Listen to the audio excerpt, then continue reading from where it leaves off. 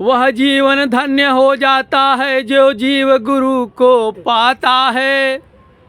वह जीवन धन्य होता है जिस जीवन में सद्गुरु नहीं, फिर कुछ भी नहीं।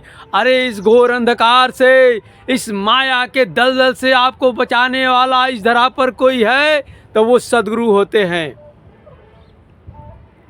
सद्गुरु इसलिए लोग सत्संग करते हैं, प्रवचन सुनने जाते हैं, सद्गुरु की अमृत वाणी को सुनते हैं, क्योंकि सद्गुरु ही है जो आपको माया से हटा करके महामाया के तरफ प्रेरित करता है। इसलिए जितना समय मिले सद्गुरु के सानिध्य में रहिए। सद्गुरु की सानिध्यता जीवन की सार्थकता को दर्शाती है। जीवन यदि सार्थक करना है, सद्गुरु चरणों में रहिए, सद्गुरु के वाणी को फॉलो करिए। सद्गुरु को आज तक जिन लोगों ने जिस रूप में देखा है उसी रूप में प्राप्त किया है। क्यों? भगवान श्री कृष्ण सद्गुरु को यदि देखा जाए तो वहीं पर अर्जुन भगवान मानते थे।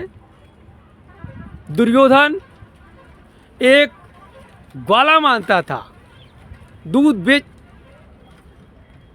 गाय के बीच में रहते थे, जाने क्या क्या, माखन खाने वाला, माखन चुराने वाला, दूध दही का इल्ज़ाम लगाने वाला। अरे मीठा है, गुड़ जिसे कहते हैं, उसको आप हंस करके खाओ मीठा लगेगा, रो करके खाओ मीठा लगेगा, गाली देकर खाओ मीठा लगेगा। उसका स्वभाव मीठा है, वो स्वभाव नहीं बदलता है, भेदभाव नहीं रखता। उसी प्रकार सद्गुरु होते हैं। जिसने जिस रूप में याद किया उसे उस रूप की ही शक्ति और मुक्ति प्राप्त हुई। वो भी तो जपता था भगवान को, गाली देकर जपता था, उसे भी मुक्त करना था, है ना। रावण को देखा जाए, जितना बार रावण याद किया होगा, रात दिन सोते समय जागते समय, जब से उनको देखा, जब से जाना। अगर कोई धरती पर करने वाला उस समय था तो वो महाबली पवन पुत्र हनुमान जी हर क्षण जपते थे भगवान को।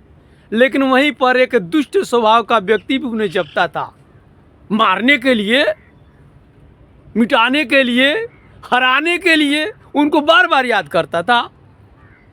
उसे भी तो मिला, हाँ मिला, मुक्ति मिला रावण को, क्योंकि भगवान अंत समय सद्गुरु बने। अंत समय प्राण जब छटपटा रहा था मरने के लिए, लेकिन प्राण निकल नहीं रहा था, उस समय पूछता है भगवान से, मेरा प्राण नहीं निकल रहा। कहे देखो रावण, तुम्हारे जीवन में एक बहुत बड़ी लालसा, एक इच्छा अमर होने की थी। अच्छा मैं मारा हूँ, मेरे लोग चलो। क्या? नहीं नहीं प्रभु, विष्णु लोक को मैं नहीं जाऊँगा, ब्रह्म लोक, विष्णु लोक, शिव लोक सब लोग देख चुका हूँ। नहीं, मुझे आदि शक्ति लोक, मुझे अमर लोक चाहिए। कि ठीक है, अमर लोक तो मिलेगा, लेकिन उसके लिए सद्गुरु बनाना होगा। जाओ सद्गुरु का तलाश करो। रावण करने लगा, मरते समय अंत समय सद्गुरु की प्राप्ति कहाँ पे भला होगी? इतना तो ताकत है नहीं कि मैं अपने शरीर को उठा सकूं।